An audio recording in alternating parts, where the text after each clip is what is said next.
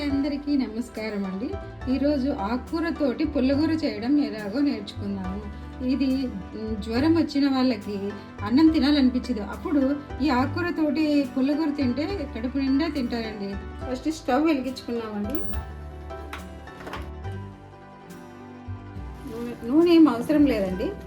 ఆకుకూర, తోటకూర, మలక్కూర, మెంతాకు, పలకలాకు అన్ని ఆకుకూరలు కలిసి వేస్తున్నామండి.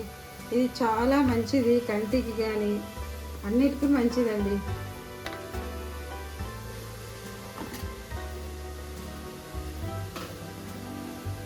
తర్వాత పచ్చిమిర్చి వేస్తున్నానండి. ఒక 10-12 వేస్తానండి.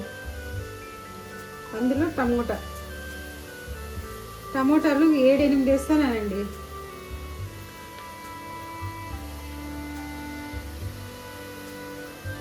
ఎర్రగడ్డ 1, ఉల్లిపాయలు ఒక 5-6, చిన్న నిమ్మకాయ అంత చింతపండు అండి.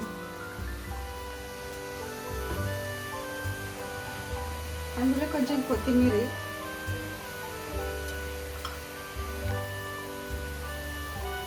పసుపు. సింపుల్గానే పెట్టుకొని చేయాలండి ఇది.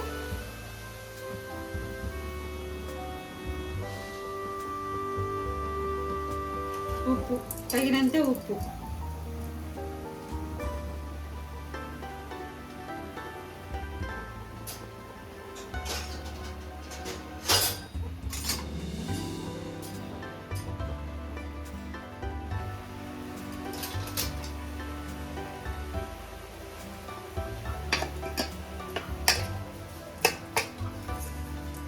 బాగా కలిపెట్టుకోవాలండి.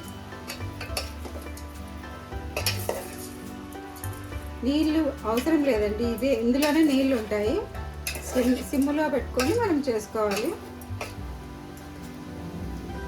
కావాలంటే కొంచెం ఇందులో ఆయిల్ కూడా వేసుకోవచ్చు. కొంచెం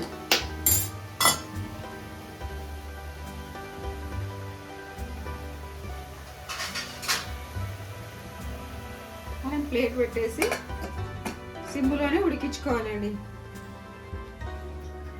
మనము అప్పుడప్పుడు అలా కలిపుకుంటూ చూసుకోవాలండి. నీరు వచ్చేసింది కదా, ఆ నీరే చాలు మనకి, ఇంకా వేరే నీరు అవసరం లేదు. ఇంకాసేపు మగ్గాలండి.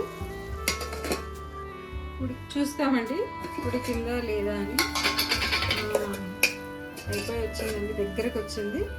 ఇంకా 2 మినిట్స్ ఉంటే చాలు. 2 మినిట్స్ ఉంటే చాలండి.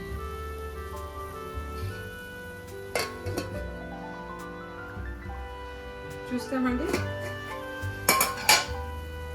అయిపోయి వచ్చేసిందండి, అయిపోయింది. ఇంకా దీన్ని స్టవ్ కట్టేసి దీన్ని పప్పు గిద్దతో రాముకోవాలండి.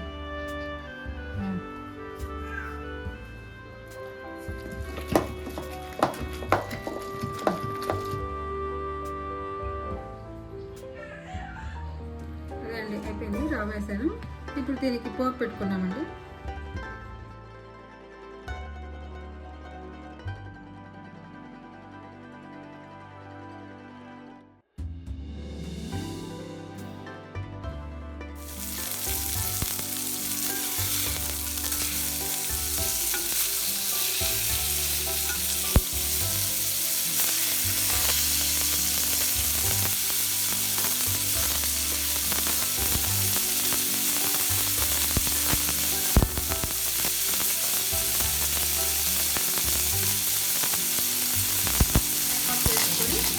కొంచెం కొత్తిమీర అండి.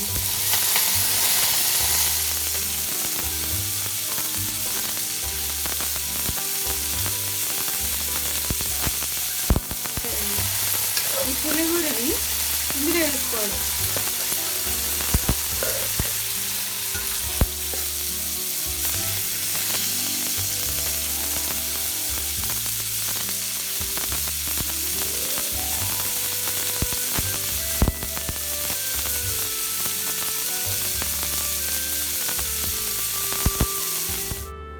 ఇదేనండి.